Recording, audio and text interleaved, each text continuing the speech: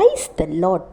பல குடும்பங்களில் சமாதானம் இல்லாமல் சந்தோஷம் இல்லாமல் இருக்கிறதற்கு மிக முக்கியமான காரணம் என்னன்னு தெரியுமா? நாவின் வார்த்தைகள். உங்களுடைய நாவை நீங்கள் தான் கண்ட்ரோல் பண்ணணும்.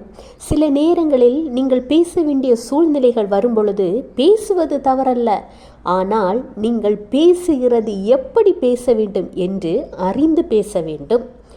மத்தேயு 5:37, உள்ளதை உள்ளதென்றும் இல்லாததை இல்லாததென்றும் சொல்லுங்கள், இதற்கு மிஞ்சினது தீமையினால் உண்டாயிருக்கும். உங்கள் குடும்பத்தில் பேசினாலும் சரி, இல்லையெனில் மற்றவர்களிடத்தில் பேசினாலும் சரி, பிறரிடம் நல்ல பெயர் வாங்க வேண்டும் என்ற எண்ணத்தோடு பேசவே கூடாது. அந்த நேரத்தில் அந்த இடத்தில் அந்தஸ்தோடு இருக்கும் நபருக்கு சாதகமாக அடுத்த நபரை குறை சொல்லி அவர்கள் மனதை வேதனைப்படுத்தவும் கூடாது.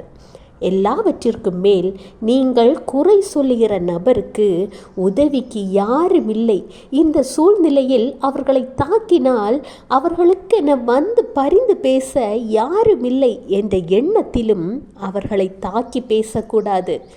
ஏனெனில் அவர்களுக்காக பேச ஆண்டவராகிய இயேசு கிறிஸ்து வருவார் என்பதை மறந்துவிடக்கூடாது. உங்கள் வாயின் வார்த்தைகள்தான் உங்கள் வாழ்க்கையை தீர்மானிக்கும்.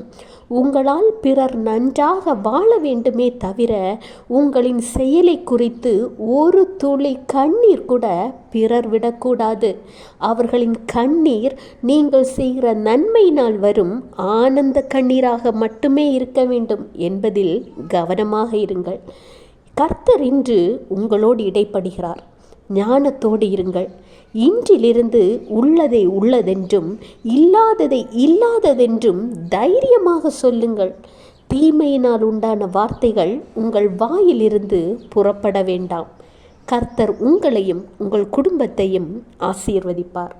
Have a blessed day. Jesus bless you.